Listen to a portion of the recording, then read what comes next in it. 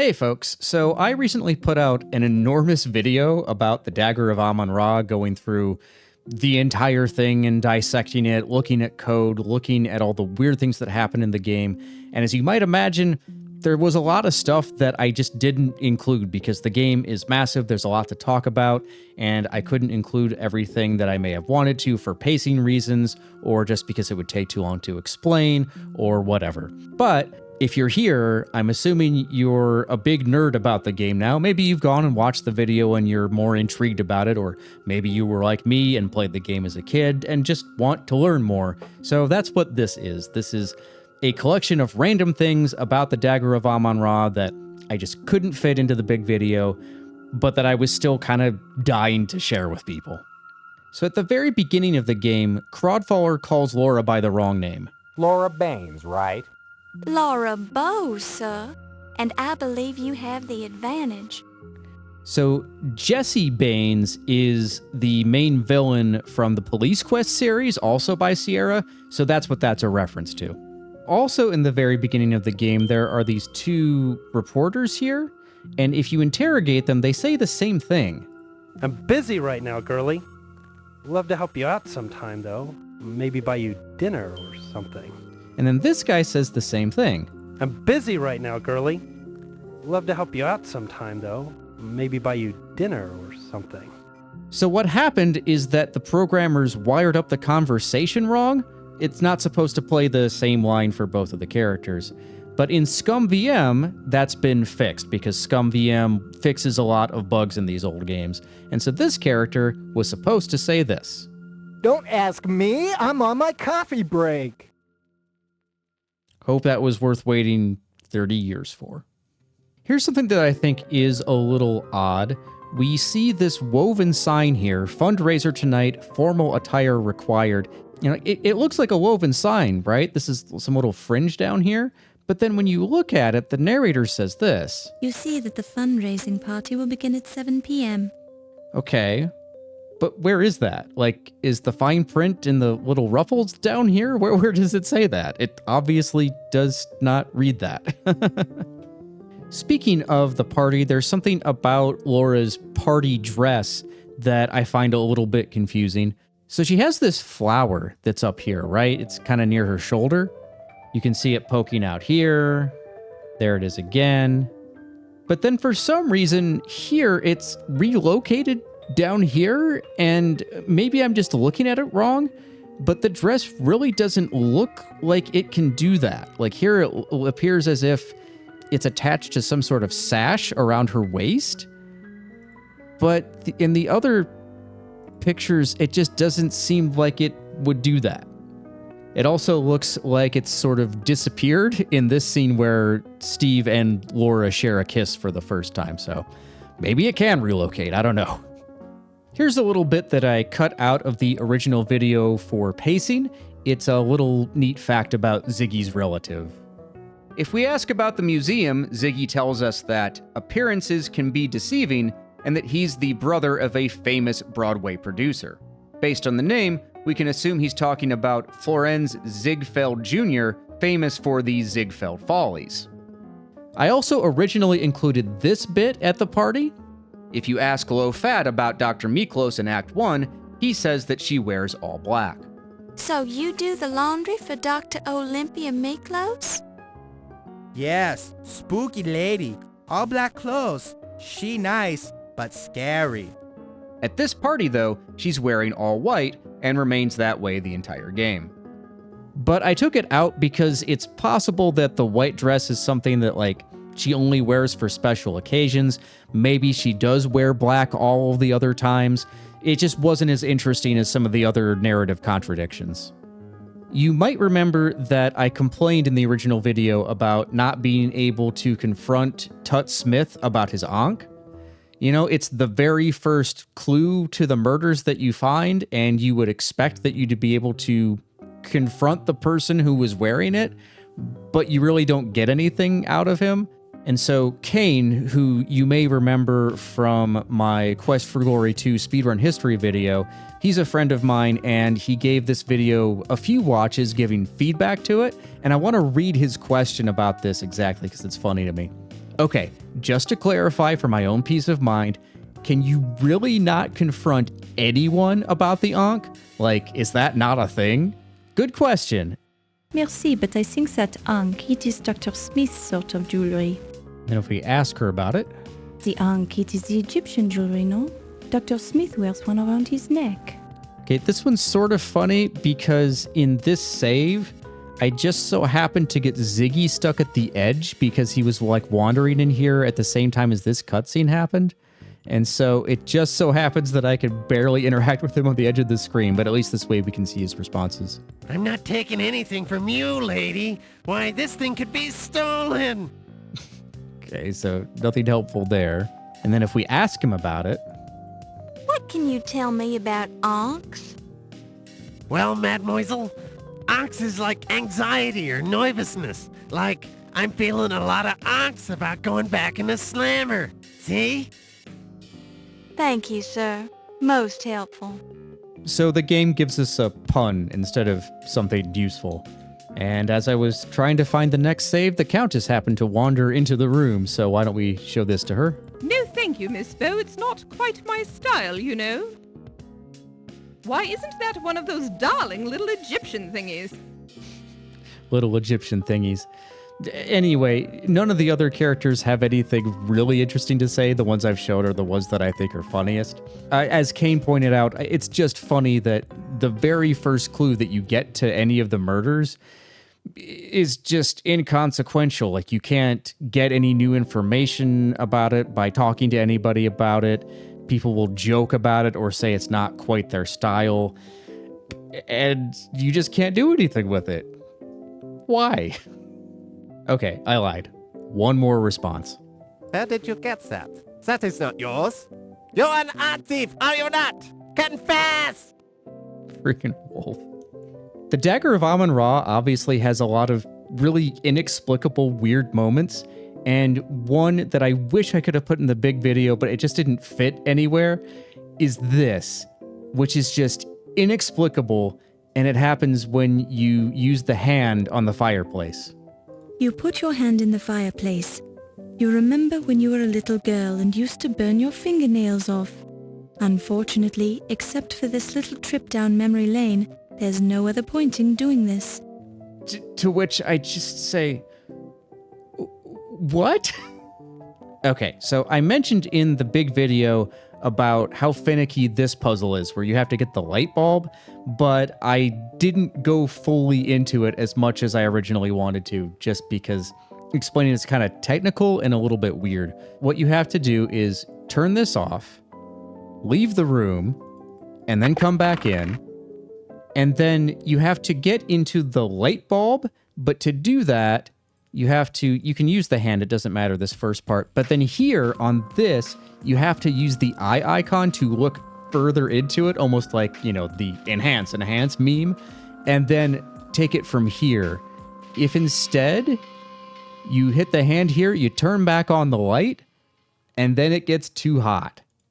Ouch! The light bulb is too hot to remove. So then you've got to do it all over again. So there's like this multiple clickiness that has to happen that's super weird. You have to come back out here. Okay, fine, we'll do this again.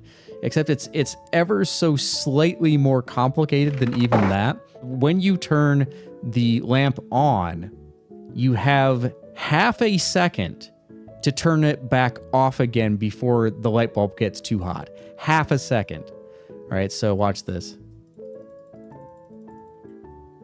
Okay, so this should still be fine. And now I can do it. So you have a half second to turn it back off before it gets too hot. Pick it up. Why it is that way, it might just be a quirk of the programming. I don't even know if that was intentional. But it's super weird, and it's really easy to just get click happy and accidentally turn the lamp on. I guess I could have just said it that way, but... So Ziggy is dead, and his head is on the wall. And if you try to use the hand on his head, the narrator says this. You reach for the head, then hesitate. Something is not quite right here. You wonder if you should take a closer look first. And so because of that, you might forget to try it again after the cutscene with Wolf and Detective O'Reilly, where you actually can knock it off the wall. So most people don't know that you can do what I'm about to show you. And so now only after that cutscene is over can we now go ahead and knock this off the wall. I love that sound effect so much. You don't want to tamper with the evidence, so you leave it where it is. As opposed to all the other evidence that you tamper with in the game. All right, let's talk about this glint for a second. One thing that I mentioned in the big video was how weird it was with basically the hotspot not being where you think it is because that glint is in the corner. Something I didn't mention is that the time between glints, so the interval between one glint to the other, it is not a fixed interval, it is random, and it is anywhere between 3 seconds and 10 seconds. And then there's something else that's interesting with the glint. So there are certain Y coordinates where you have to be. I'll put maybe a little overlay on the screen where you have to be in this area for the glint to show up. And maybe they did that because realistically you would only see that if you got up closer. I honestly don't know. But if you manage to put yourself, at the bottom of the screen here, or if you kind of jam yourself as far to the top as you can go, you're actually just outside of the bounds of it.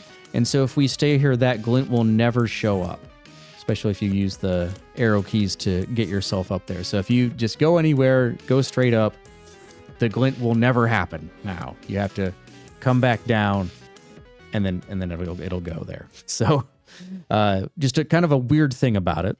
Something else weird about grabbing the key from here. When you pry the key off of the painting, there will be a narrator line that plays. With careful use of the dagger, you manage to pry the skeleton key off the Bosch painting without any serious damage. But what most people don't know is that there is a sound effect that is supposed to play at that moment. The thing is, if you have the narrator on, like if you have the narrator speech on, it won't play because the game doesn't have the capability of playing two digital sound effects at the exact same time. It just can't do that. It can't overlap like that. And so to hear that, what you have to do is come into the settings, make sure that you're on text mode, and then do it. And you'll get this sound effect. This weird sort of ratcheting sound. Just the nerdiest thing that you will probably hear me say in this video, and that's saying a lot. But so yes, there is a hidden sound effect that most people will not hear because they have the narrator speech on, and that's on by default in this game.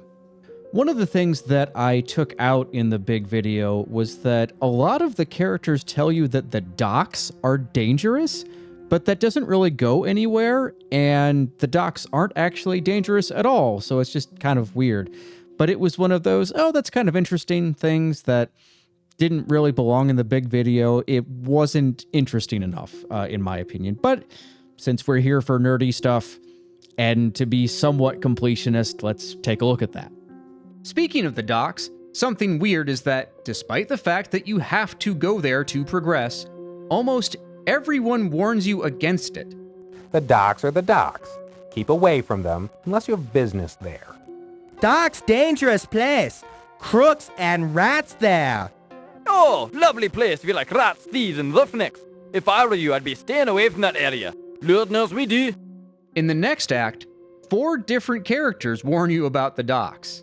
However, the docks aren't dangerous at all, and there's no way to die a silly Sierra death here. All right, here's something interesting. By the time that you get to low fats, normally you know about the speakeasy already, and you learn about that from Crodfoller. So if you come into locations and ask Crodfoller about the flower shop, he tells you that it's actually a speakeasy, and this changes to speakeasy. So by the time you get here, this is no longer here. So most people never find this or don't hear it. And Low Fat says something kind of interesting when you ask him about the flower shop. Again, most people, by the time that they get here, this entry in the notebook doesn't exist anymore. Do you know about the flower shop? Lots of flower shops. Which one you mean? Well, the flower shop near the Tribune building, I suppose. Not know of it. Not go around there very often. Sorry. So I think it's interesting that Laura assumes it's something around the Tribune building. That kind of makes sense because if she's just looking at the notebook, she has no idea which flower shop we're talking about. But Low-Fat is right across the street from a flower shop. Like when you exit the front door, he should be able to see flower shop like right in front of him. So I don't know why he wouldn't mention the flower shop that's literally across the street.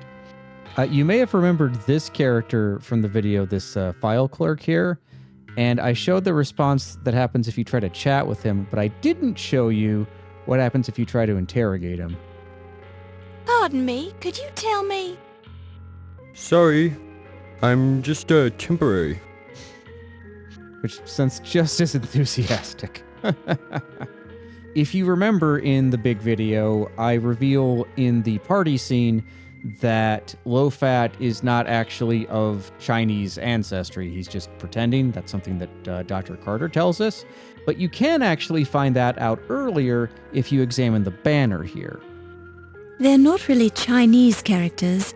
Low-Fat displays them to give himself an aura of authenticity, since he was actually born in Newark, New Jersey.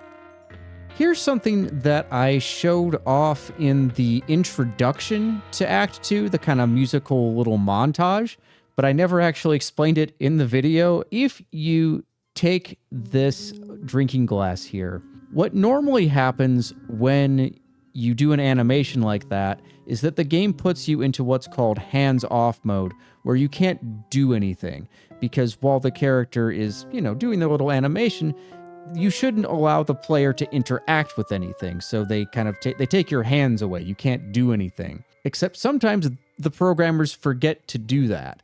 So if you notice, instead of the icon turning into like the stop hand, which means you can't do anything, it won't do that here. You pick it up and place it in your purse. That hand there is fine, but that doesn't happen until the dialog box comes up. So what you can do is initiate that and then issue other commands like walking and slide over. So I'll show you how this works. See, you pick it up and all the way place over it there. in your purse. Here's a deleted scene that explains how Daisy would appear in the basement landing. It's a little bit of RNG, and I took it out really just for pacing. The first time you enter the basement, Daisy the ferret will show up at a random time between 15 and 45 script seconds. The direction she enters is also random, with a 50-50 shot of entering from either the left or the right.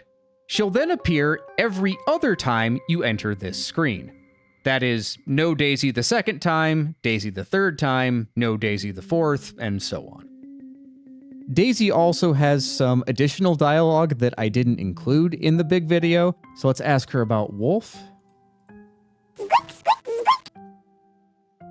So you see it's spelled in sort of the fake, German accent spelling that they have for Wolf.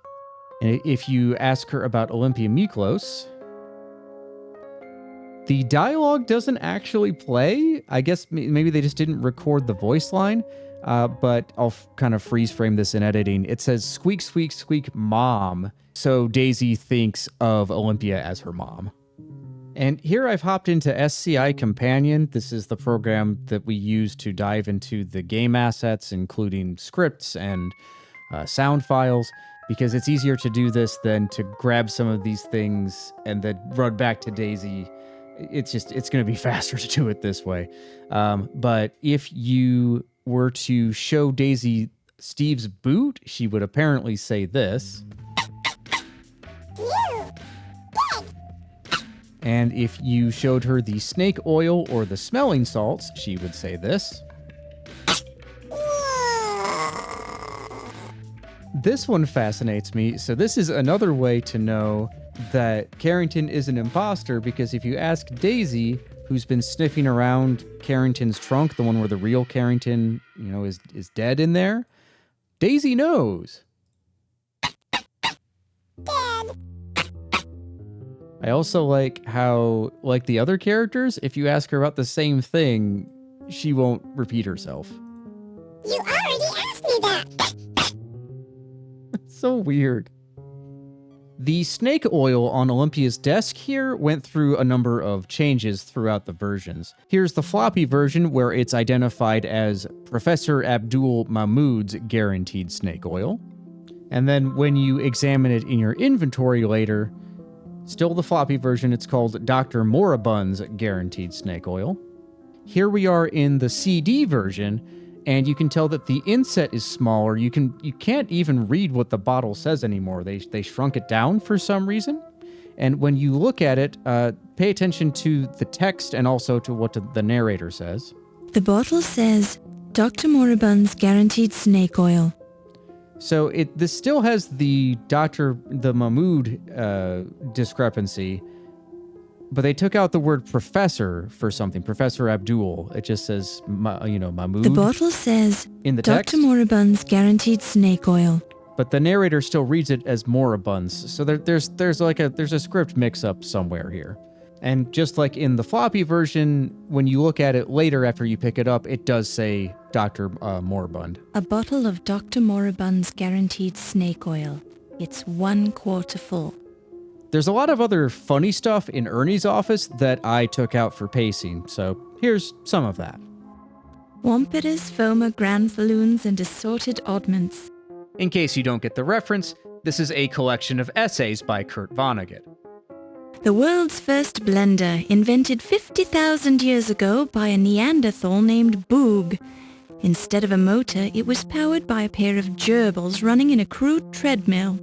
Considered impractical by the other Neanderthals, Boog's invention was forgotten until 1922, when it was reinvented by Stephen J. Poplawski of Wisconsin for the purpose of mixing malted milkshakes. At that time, the blender was known as a vibrator. Stephen made a fortune from it. Boog should also have invented the first patent.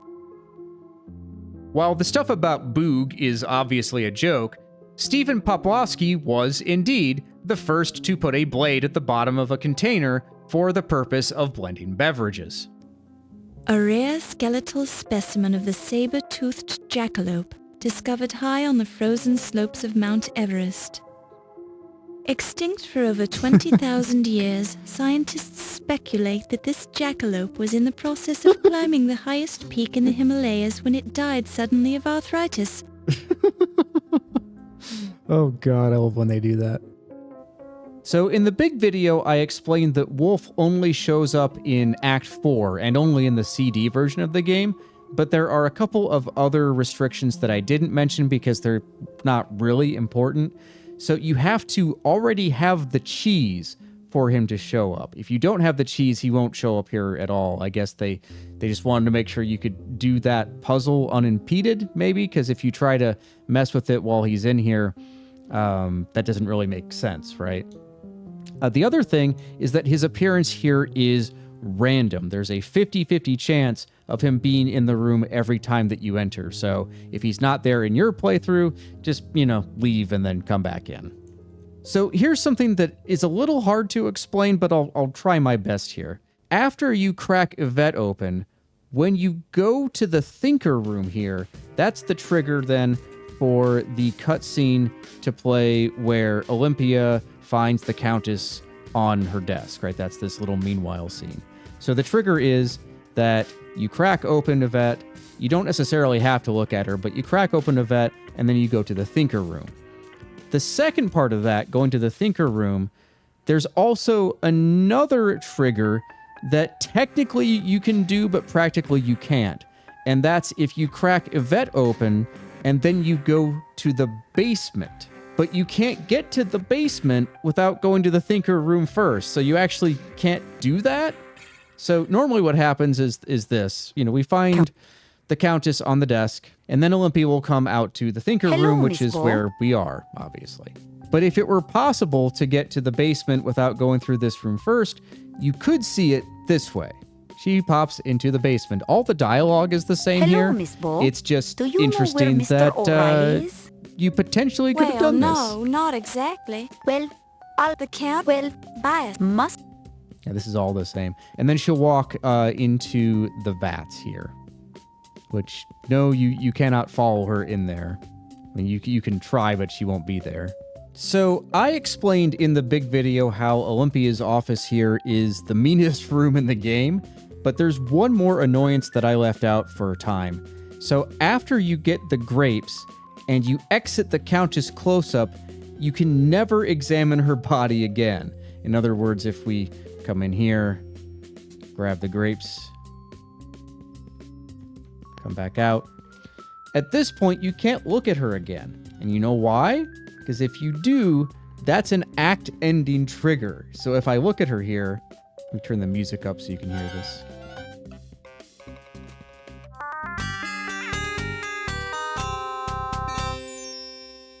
And the act ends. So if you grabbed the grapes before grabbing the smelling salts and you exited, oops, you can't finish the game. And I just think that that's obnoxious. I should mention for clarity, though, that this is fixed in Scum VM, so if you play the game today in Scum VM, you don't really have anything to worry about. Alright, in the big video, one of the bombshells I revealed was some inaccessible dialogue from the Countess, where she confesses to hiring Watney Little to impersonate Carrington. But there's also some dialogue with Watney Little that would have played if you showed him the Pocketwatch. But that's also inaccessible because you can't get the watch until after he's dead. So if you were able to ask Watney Little about Carrington's Pocketwatch, here's what he would say. Where did that come from, Miss Bow? Oh, it was a gift. Now, listen here, you cheap... Miss Bow, I'm sure there's something I should be doing right now. I've enjoyed our chat, but please excuse me. So, suspicious, and so it's meant to tip you off a little bit that something there is off somehow. One thing I can show you, though, is what happens if you show Watney's police file to him. You would think he would have some kind of a reaction to it, but disappointingly, you really don't get much. So this is showing Watney's police file to him, confronting him with the evidence of his criminal existence, the fact that he's an imposter. Dear God, Miss Bow, that's most inappropriate for a dinner party, wouldn't you say? I'm sure I don't know how to answer that, I dare say. So, you don't get anything from him if you confront him with the police file. So in Act 5, if you remember, the killer chases Laura throughout the whole thing. It's a sort of an action sequence. And in the big video, I pointed out that doing certain actions will give you more time before he catches up. But I originally went into a lot more detail about how that worked. Too much detail, really. It was too technical at that point in the video, believe it or not. It just felt a little dry. But here it is in case you were curious. If you leave the first room of the chase sequence within the first 5 seconds, the timers are broken for the rest of the game. You can hang out here all day if you want, and the killer will never show up. And speaking of timers, let's talk about how those work. When the chase starts, the game sets a timer, and when that timer expires, the killer catches up to Laura. How much time do you have? Well, that depends. When you first start the game, it does a speed test by sending an invisible character named Fred across the screen. Depending on how long that takes, your computer gets a score called How Fast. The length of the initial chase timer depends on how fast your computer is. For modern machines, that's going to be 35 script seconds. And if you don't have a mouse, the timer's length is doubled. After that, there are a number of actions that will increase the timer. By how much? Again, that depends on your computer's speed, and those values are doubled if you don't have a mouse. On a modern PC, that's going to be 20 script seconds every time you do something to slow the killer down. Time increases when you wire the door shut, for instance. Bolting the door in the armor room increases the time, as does opening the transom. And before you get any funny ideas, unbolting the door and closing the transom decreases the timer, so you can't just spam them to get unlimited time. Once you enter the room with the coffins, the timer gets reset in the same way it did at the beginning of the act. For most people, that's going to be 35 script seconds. Time increases again on each of these actions. Entering the employees-only room, swinging the crate, cutting the rope, and moving the crate that's blocking the elevator. Here's something else in the game assets that I think is really fascinating. These are the messages for the Egyptian ceremonial room, the one where Ramses Najir is about to kill Laura, and you have to answer the riddles correctly in order to avoid being sacrificed to Amon-Ra. There are lines here that would play if you showed Najir the dagger. There's no way to do this in the game. You don't get hands-on. You aren't able to actually get into your inventory to do anything. But if you could have shown Najir the dagger, this is what would have happened. Does this look familiar? It's the Dagger of Amon-Ra. That's right. You are the thief! Prepare to meet the great Amon-Ra in person! Wait! You don't understand. Your death will be slow and painful, you blasphemer! So at that point, Laura would have apparently died.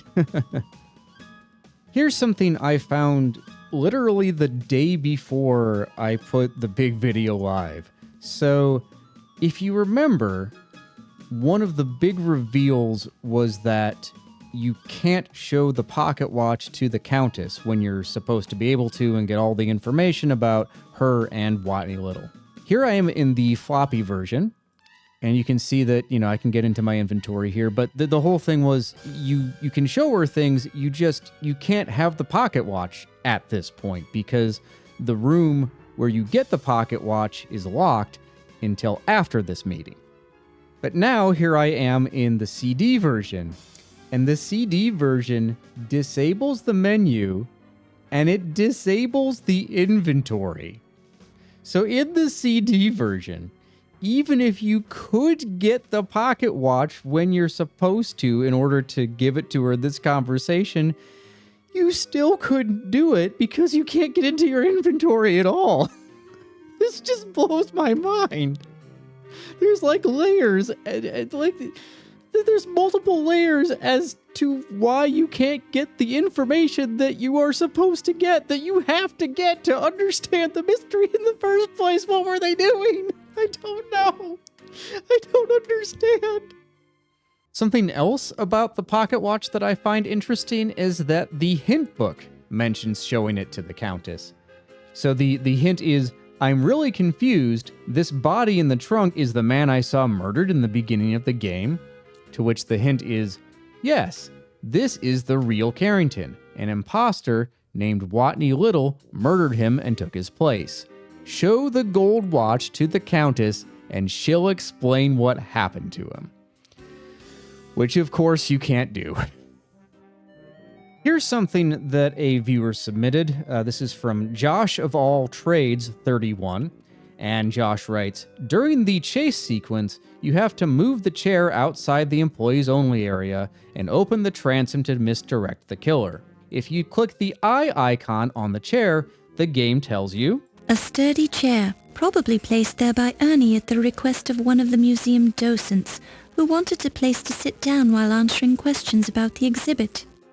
But the chair doesn't appear at all until Act 5 and Ernie is murdered in Act 3. So it would have been impossible for him to have moved it there. Commenter Motionista writes, by the way, you don't need neither wire nor wire cutters to finish the game.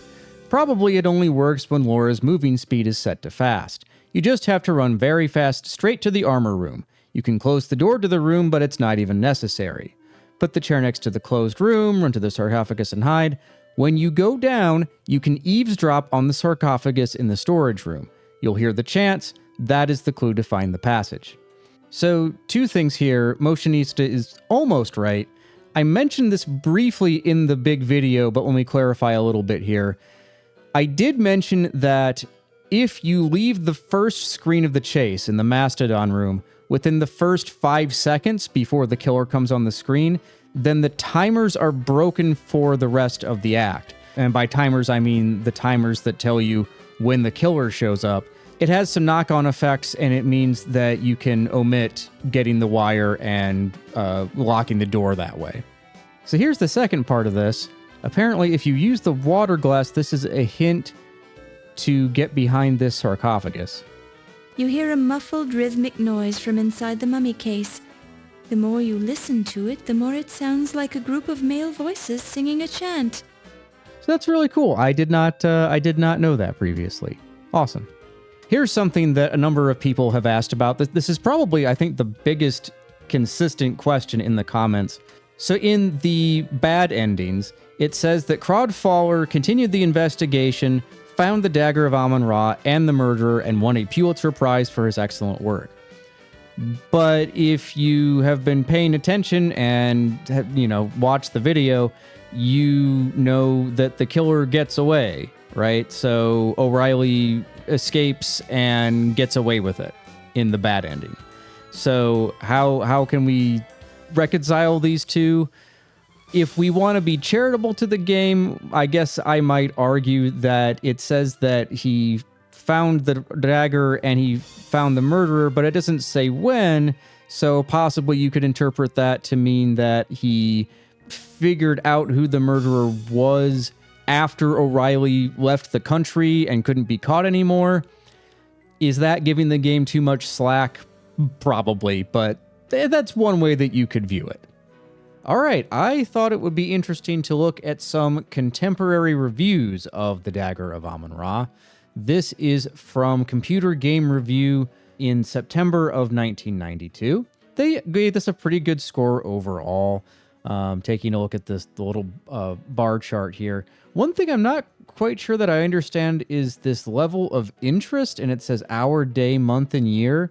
I guess that your interest in the game goes up as you play it, and then after you've been playing it for a month, it kind of drops off and you can't play it over and over again. I don't really know.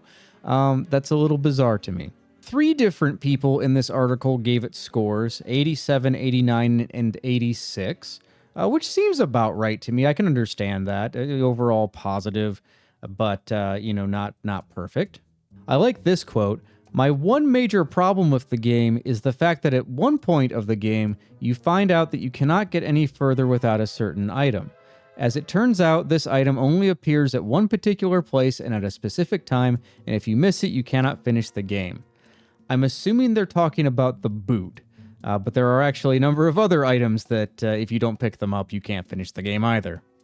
They also add, other than this detail, I found this game to be very enjoyable, and I did not have any problem whatsoever of taking on the role of a female character for a change. This review says, the Dagger of Amon-Ra is quite an impressive piece of work. Our female readers will note that you play as a female character, which is a nice change. Rick, the reviewer here, complains about the annoying cab rides in the beginning, and I didn't really talk about that in the big video, but in this floppy version, when you take a taxi ride, there's like a 30-second or so unskippable cutscene that you have to wait through, and during which you can talk to Rocco about things, but every time that you take the taxi somewhere else, you have to wait like 20 to 30 seconds. But he does end up saying, anyone who likes a good mystery will like the Dagger of Amon-Ra. To which, as much as I love the game, I will have to disagree with, because the mystery in this game isn't really a good mystery. This review praises the atmosphere of the game. Steve, the reviewer, also complains about the taxi cab rides. By the time I reached the 7th cab ride, I really wanted to skip past it. One of the more impressive features of this game is the excellent introduction sequence, which sets up both the story and Laura Bow in a wonderful cinematic fashion, which I would agree with. And it also praises the music, something the other 2 reviews did as well. Another plus of this title is the very refreshing change of pace in being able to play a female character. Here we are with the issue of Computer Game Review from July of 1993. This one is about the CD version, so this one has some comments about the voice acting, which, as you might imagine, are a little bit critical. The author writes, unfortunately, Laura's rural southern accent is overdone in almost every scene by the actress performing the voice characterization. In fact, much of the dialogue is stilted and at times downright hammy. The review goes on to say that the gameplay is solid and should give mystery lovers sufficient reason to move along. They do criticize the graphics, though, which is surprising to me. In an attempt to give the game an appropriately period look, the developers opted for hand-painted graphics, which are often smudged and dirty looking. I really love the graphics in this game. I think that's one of the game's selling points, actually. They do praise, however, the rotoscoped look of the animations. And it concludes with, all in all, the Dagger of Amon-Ra is a nice enough interactive example of a Nancy Drew-style whodunit. Its lack of complete success has more to do with the corny scripting, poor acting, and lousy visual presentation than with the genre, as witnessed by Amon-Ra's better moments. Here we have a computer game review from August of 1993, and in this one, it explains that the magazine ran a contest for readers to send in their own reviews. And so I'm going to read most of John's review here of the Dagger of Amon-Ra. He gives it a 75, but he says, I was expecting a great mystery, but it was not to be. R-rated silliness and inside jokes made this game seem more like Leisure Suit Larry meets the Killer Tomato than a murder mystery. The plot has enough holes to sink the Titanic. Even worse, the endgame gave me no opportunity to nail the murderer by logical deduction as a result of the dozens of hours I spent interviewing suspects and collecting evidence. Sierra owes their customers better. Interaction Magazine was Sierra's in-house magazine. Looks like this, and it essentially, yes, was advertisements for their games, but it does have really cool in-depth articles and behind-the-scenes information. And this particular issue is about, or has in it, things about the Dagger of Amon-Ra. I think this is kind of a really cool cover. Actually, it says building a computer game. And it's got the Rosetta Stone in the background, but kind of pixelated and like you're building it piece by piece. And I thought it'd be interesting to kind of go through the pages of this article about the Dagger of Amon-Ra. It starts out by calling the game Laura Bow 2, the Dagger of Amon-Ra, which is not the actual name of the game. If you start the game and look at the title screen, it's Laura Bow in the Dagger of Amon-Ra. And it's interesting, I've seen a lot of different publications refer to this as Laura Bow 2, and it is technically, yes, the second game, but at least on the box and on the title screen, that's not the title of the game. It's Laura Bow in the Dagger of Amon-Ra. What I like about this article is that it has a lot of the original paintings before they were digitized. So if we take a look at the dagger, for instance, this is not the art in the game. This was the art that they used and then scanned into the computer later. And I think it's really beautiful, actually. I like it. I like the little brush strokes there, and actually getting to see it is really cool. Here we've got, again, the painting of Pippin Carter here. This is not the pixelated image in the game. I think it's really, really cool. It's really, deathly beautiful, I guess you would call it. It's really artistically well done, is what I'm trying to say. And I like being able to see the line drawings there too. This article was written by Josh Mandel, who is the voice of King Graham and voiced many of the other characters in this game. So he was Steve and Rocco the cab driver, and also Crodfoller. I should also mention that Josh Mandel was a writer for the game. He didn't just do the voices, but he actually did more than what I mentioned. So he was Steve Dorian, Crodfoller T. Rhubarb, Henry Lamort, the coroner, Rex the dinosaur, Rocco the taxi driver, and as I found out from a comment from Josh, he is also the voice of Tubby, uncredited. I also want to mention that if you go to the big video, I've pinned a comment by Josh Mandel, and if you expand this, I kind of ask him to reminisce a little bit, and he gives a lot of kind of cool detail about the making of the game. So I would check that out if I were you. We've got some other neat concept art of Laura, and then some background information. This is actually what I quoted when I was explaining about the origins of the art style. So this quote about using J.C. Leyendecker as inspiration for the art, that's on this page here. I didn't quote this, but I like this sort of factoid. So they were looking for a sense of claustrophobia, of being trapped in a confined space. And so they considered an abandoned movie studio a cruise ship, and a zeppelin before they settled on a museum at night.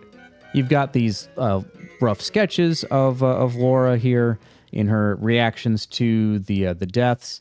This one right here is not in the game. It is in the assets, but never used. And this is one that I point out in the big video. All these others you do get used, but this one that they call near fainting is not actually to be found during regular gameplay.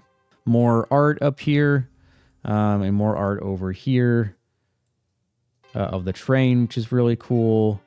Ziggy dying. One interesting thing about this is that in the game, this is flipped, right? Like this isn't, it's rotated around. Ziggy's decapitated head is facing the other direction. Here, what's interesting is that they don't have the mummy covering the door with this. So this became a secret passageway.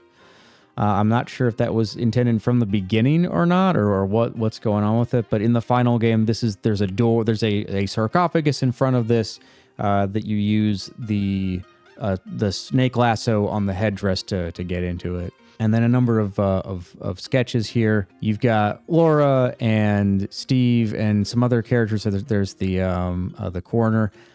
I'm not quite sure who these are. I think one of them is supposed to be Laura, maybe. But this character with the cigarette, I definitely don't know who that is.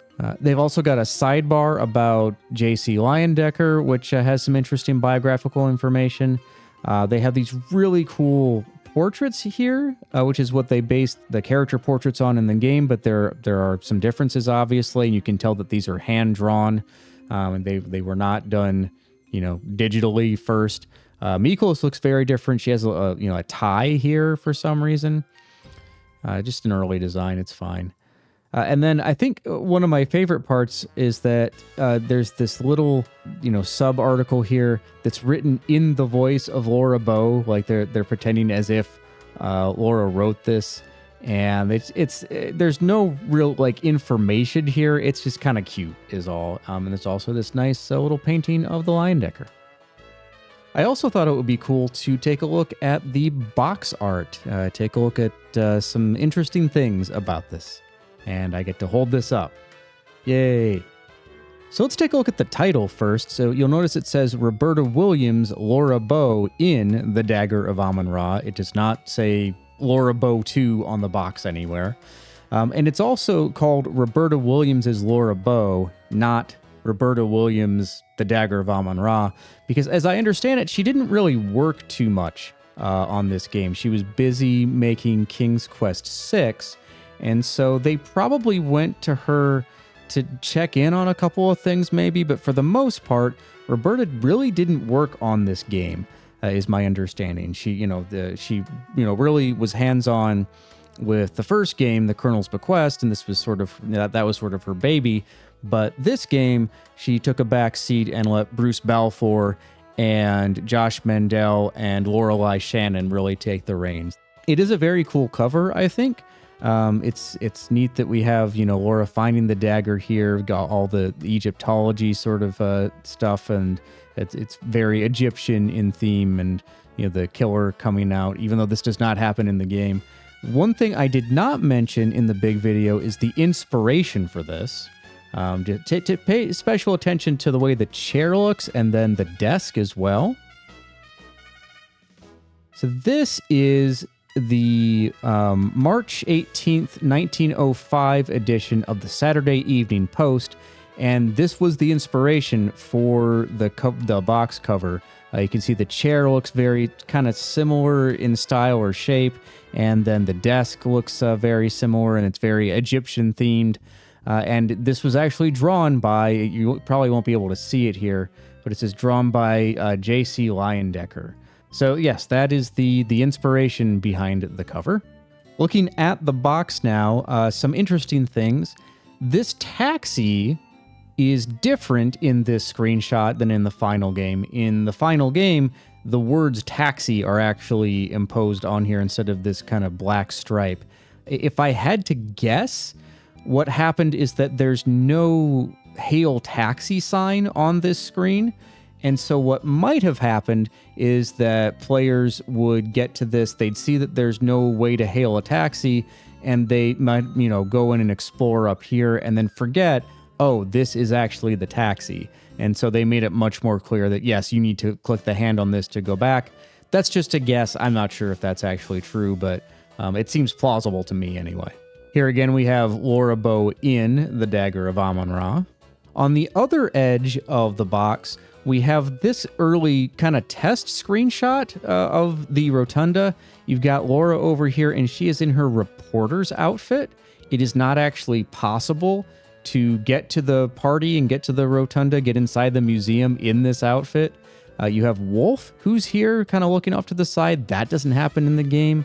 It kind of looks like there's a character here, and I can't tell who it's supposed to be. So that's kind of interesting.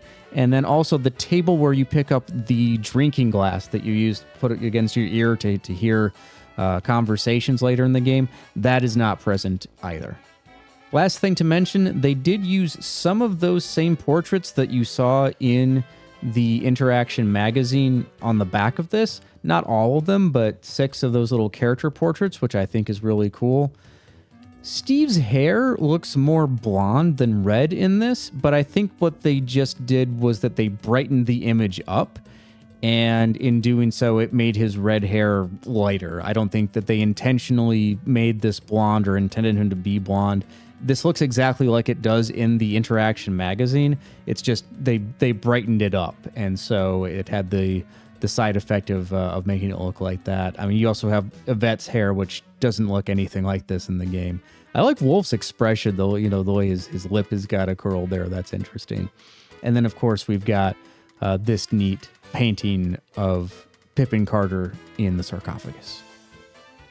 And as long as we're looking at the box, why don't we talk about what's in it? And I want to start with this kind of flyer. It says Leyendecker Museum on the outside.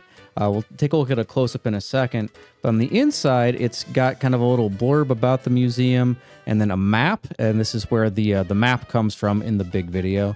And on the back, it's got some information about the museum as if, you were to pick this up and then you actually want to go to the museum. This is like the hours and the address and all that. So let's take a look at this a little bit more closely. So as you can see, we've got an Egyptian mask here. It says the Leyendecker with the Egyptian exhibit on the bottom. This nice purple color that's kind of neat, and I like how it's stylized. The inside of the flyer is written as if it were an actual pamphlet for the museum, which is really cool, I think. Like, you don't see this sort of thing in games anymore. Got some neat little hieroglyphics there, picture of the dagger. And then you have a little blurb about, what the museum is, trying to sell you on it. It's got the little rules over here. Please do not eat or drink in our halls. We strive to keep the museum scrupulously clean. Please do not shout or act in a boisterous manner. And I would argue that murdering a bunch of people is probably pretty boisterous. And then here we have the really cool map of the museum, and this is where I got the map that's used in the video. One thing that I didn't really mention too much, or at all really, in the big video is how the point of view of the camera changes, and it's kind of disorienting. So for instance, this is the rotunda and you're looking at it like straight on.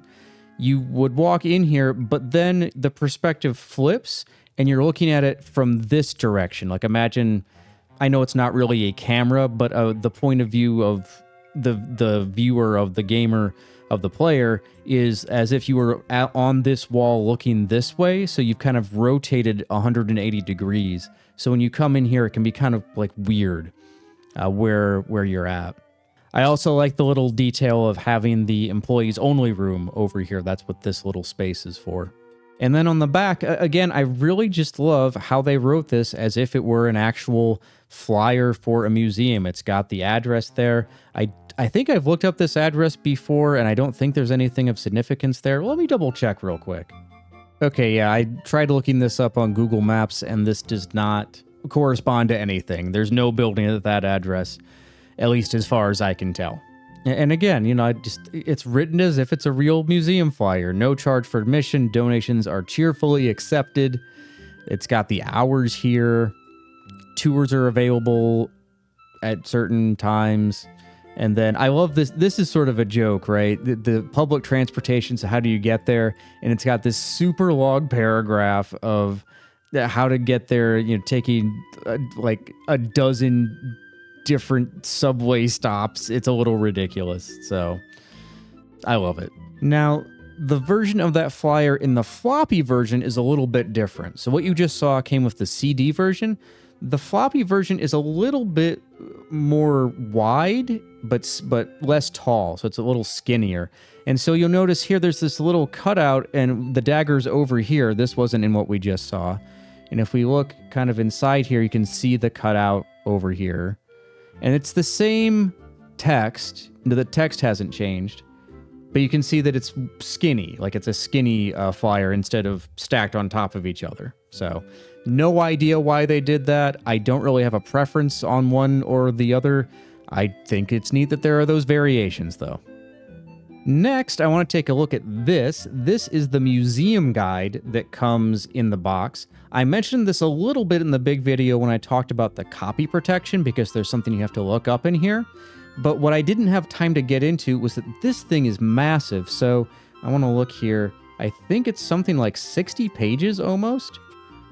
Yeah, so this is 60 pages long, and it's written as if it were an actual museum guide. There are articles in here about all the exhibits. It's really extensive, and I want to go through, obviously not all of it because it's 60 pages, but just to show you kind of the scope of this. This is really amazing, and especially if you're playing it nowadays, I hazard to guess that a lot of people have never even seen this thing.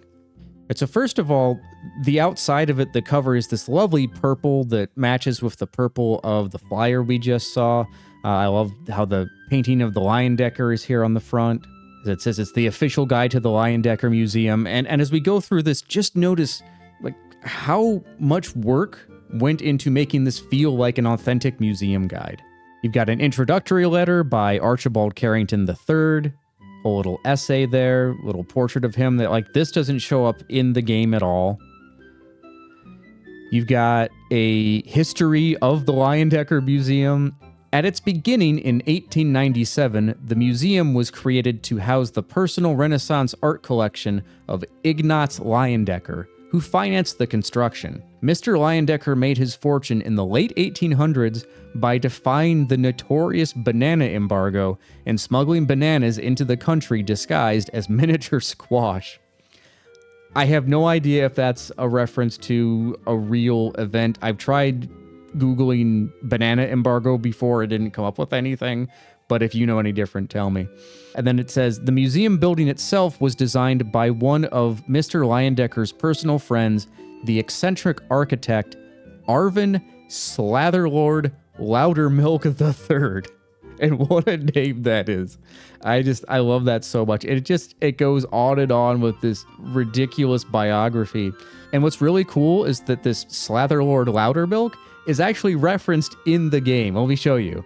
So in the rotunda, you have this giant urn, and check out the description when you look at it. It's an alcove occupied by a very impressive urn that contains the ashes of the deceased architect of the Leyendecker Museum, Arvin Slatherlord Loudermilk III.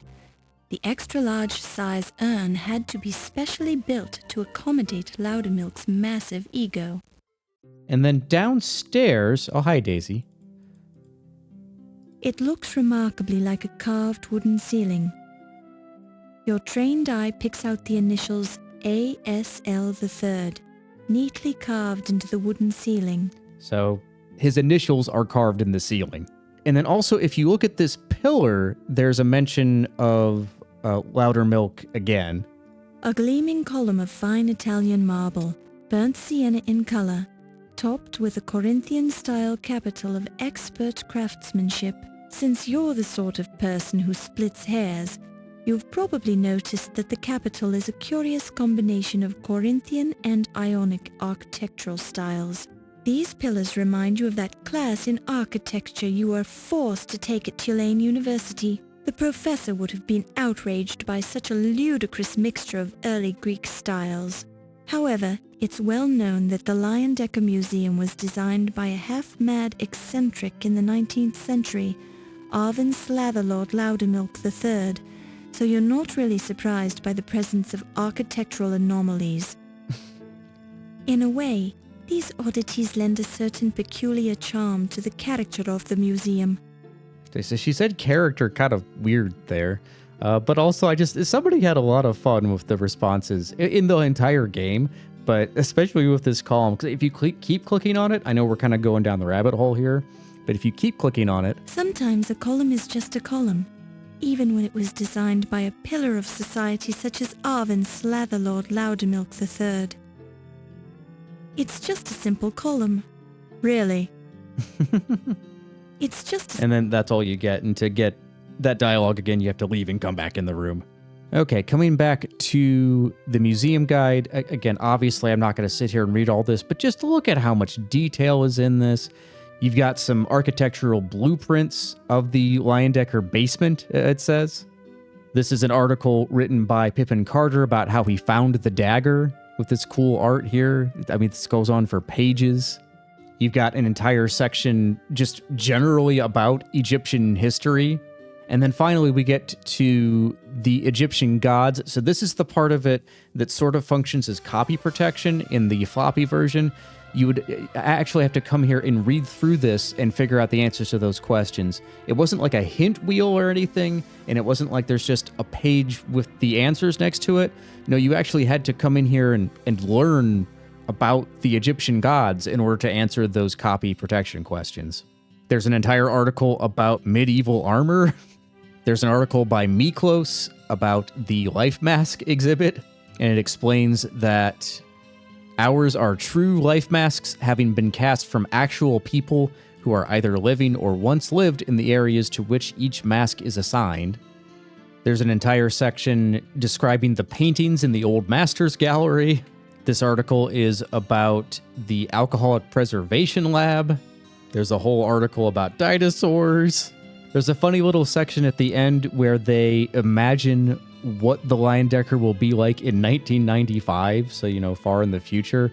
And it's this very futuristic, like, they've got a monorail going here. There's this funny line, one of the first changes noticeable is the lack of security personnel. By 1995, our creditable penal institutions will have eliminated crime. Therefore, the museum is open 24 hours a day. There will be no need for the museum gift shop. Reproductions of exhibits will be available simply by crying out one's name and address while viewing the original exhibit. The information will be recorded and sent directly via radio wave to an automated shipping and billing warehouse where your order will be whisked into the mail in a trice. Love the use of the word trice. They've got the credits for the game here, and then they've got a bibliography here, which if you wanted to know what the team used as research, this is it.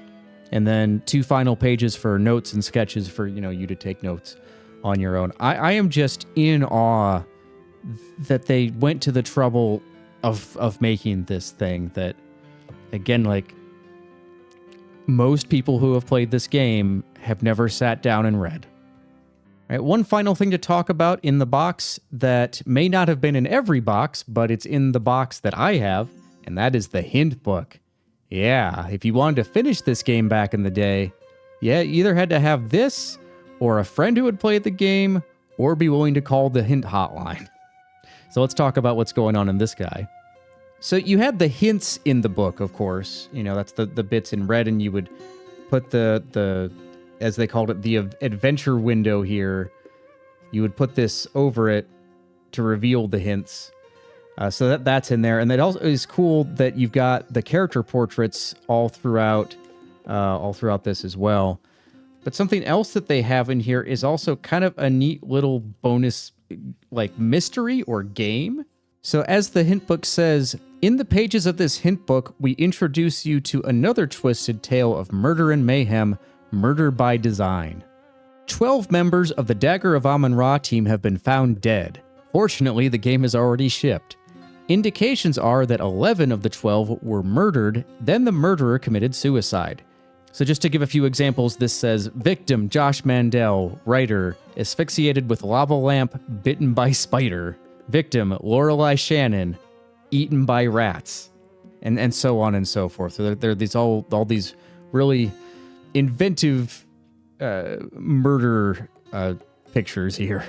I like these two, where these two both got impaled by the same sword. So then what you would do is you would go through the hint book, and occasionally you would find not a hint for the game, but a hint to this puzzle here. Once this crossword has been completed, you will learn the identity of the Sierra murderer in 4 down, as well as what possessed that person to kill the Sierra employees, the 3 words in 10 across. Kind of a neat little addition to the hint book there, and then there are also some cool maps at the end. This one not very helpful, because the locations in Act 1 in New York aren't connected directly, except these couple across the street, right? Most of the time you have to take the taxi there. I get that they're trying to show you that in this, but not a very useful map. This one's a bit more useful, and as you can see, it shows the secret stairwell. All right, so that is it for now. I just wanted to wrap this up by saying thank you if you watched the video or recommended it to somebody else, or just if you enjoyed it. I'm kind of emotional at this point about the video because it took years to make. Not years straight of working on it, but, on and off, maybe a year of researching and picking at it and scripting a little bit. But then this last year, I've really been working on it in earnest, since about last November. So this was a big project for me, and it feels a little funny to let it go now and let it out into the world and move on to the next thing. But if you have any other Dagger of Amon-Ra facts or questions that you might have, pop them in the comments, and maybe I'll make a second one of these. Or at the very least, answer your comments here. In any case, thank you so much. Take care of yourself. You deserve it.